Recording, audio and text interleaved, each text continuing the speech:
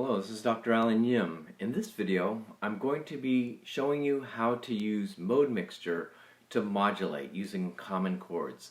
Mode mixture, of course, is again using borrowed chords from the opposite mode. Usually, we do this by using keys from the minor key signature, the parallel minor. And when you're in a minor key, there's really only one major chord that you could use, and that's the one chord. That's really only used as a Picardy third at the end of a piece, so we're only going to focus on major keys, shifting over to the parallel minor. So here I've written C, I put this in the box here, is our starting key. What I'm going to do now is pretend that we are going to C minor, and you'll see where we can go from there. So if we have C minor, what keys could we get to from here? Well, we know G minor, F minor, and then of course the relative major, which is E flat major. So this is probably the more interesting side over here, B flat, and down below A flat. Now, of course, most of these keys are foreign to C major, so you can see they differ by more than one accidental. So this sets up some possibilities of something more interesting, and you can see if we go from C major to E flat major, for example, we're actually using the chromatic mediant relationship, but we can do this through mode mixture and make it a common chord modulation. So let's see how this works. I've written out all of the chords of the C minor scale, so that we can use C minor, D diminished, E flat, F, G, A flat, and B diminished. These are, of course, the ones that we use most often, so we're using harmonic minor. And you should notice that for the G chord and the B diminished, we do have to, as a reminder, raise up the leading tone from B flat to B natural. Well, I'm going to try to use a key that's a little bit foreign to C. So let's say we're going to go to E flat. And we're going to look for some common chords. So E flat, F, G, A flat, B flat, B flat, C minor, and D diminished. So these are the diatonic chords in E flat major. And again, to remind you, how would we get there? Well, we start in C, we would go to C minor, and then we could choose one of the closely related keys to C minor. We could stay in C minor, of course, but that would just be a mode change.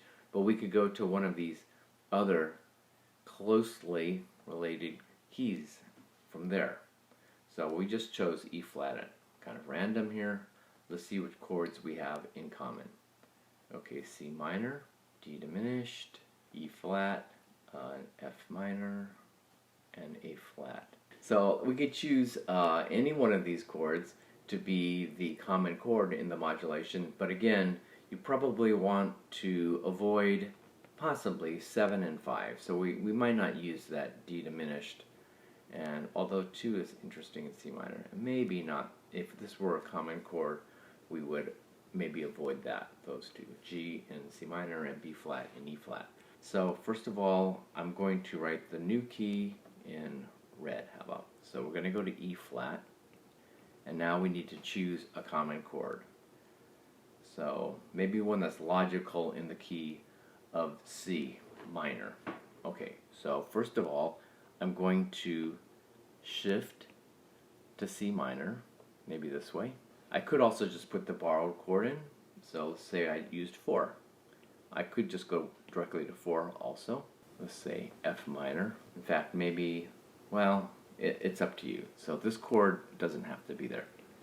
What you do have to do in the beginning, of course, is tonicize the first key. So that's that 1, 5, 7, 1 in the key of C.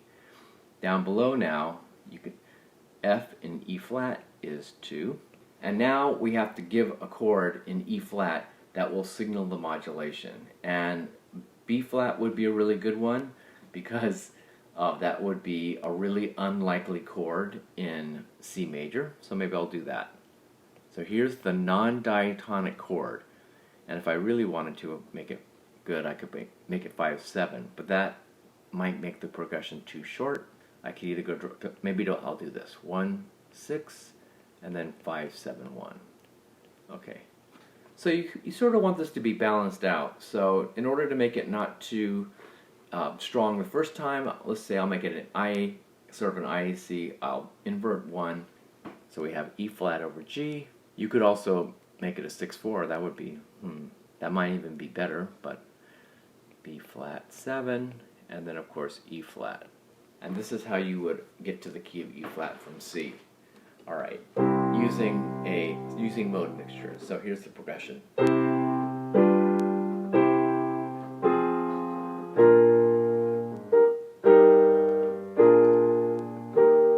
Okay, notice even though we went from C to E flat, a chromatic mediant, it sounds very smooth.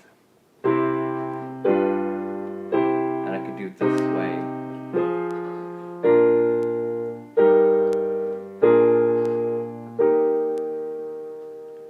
Now I'm going to show you an example of using the Neapolitan in a piece by Mozart. So in this example, Mozart sets up sort of a pattern in the development of this famous sonata. And I've written the analysis out here for you, And what you'll notice is the tonicizations are really obvious, and then he uses the same pattern over and over again. Well, he uses it 3 times.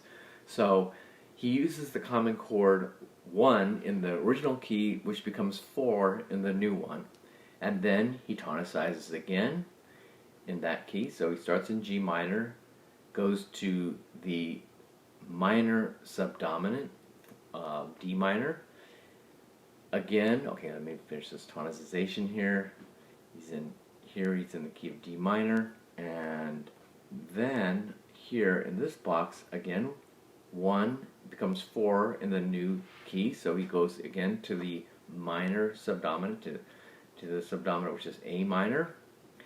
And then it gets a little bit interesting. Okay, so here he tonicizes A minor, and then he goes into a very long circle progression all the way around, starting from 1, 4, 7, 3, 6, 2, 5, 1. So this whole long green line is a circle progression. I put above 7 here. I've mentioned this before, that 7, way, way, way out in the left of the universe, is the dominant of the relative major. So here you see G7 to C, the relative major tonicized at the very end. But you don't really notice it because it's in the sequence, and there's no way you're going to hear C as the tonic here, because it just keeps flowing along until he does the same thing again, going to the subdominant. This is how he ends up in the subdominant in the recapitulation. But this time, instead of using 1, he uses the Neapolitan of A, which is B flat over D. And he gets to the subdominant, not of A, but of the original starting key, C major. Okay, so it's kind of an interesting thing. And this is, I really love this about classical music. You often see these patterns repeated, these things like using the same kind of chord progression, or and you might not notice it, but then when you start looking, you notice these patterns reused. So here you see the subdominant 3 times. All right, I'm going to play a little bit of this so you can hear it. In G minor. 5, 1. 5, 1. Now here he has the dominant. Sorry. So this little bit here. That's A7 going to D minor. 5, 1. 5, 7, 1. Okay. And now here comes tonicization of A.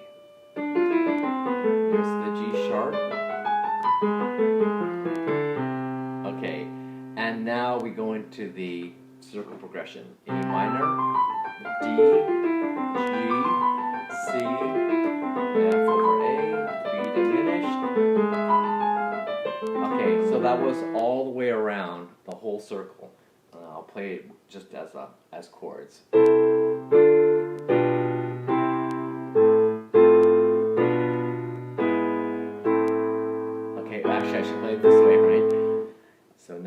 at the end of the progression, and here's the Neapolitan, and 5 in the new key.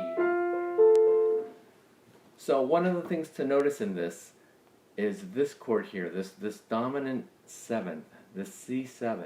In the key of A minor, that would be 5 of 6. So from Neapolitan to 5 of 6 doesn't really make sense, but Neapolitan used as a 4-6 in the key of F to 5-7 of course does make a lot of sense. So you can hear it 4, 5, 1 in the key of F. But and it sounds really smooth. So I'll just play this whole little sequence again and notice how smooth the transition goes from this. Okay, here we go.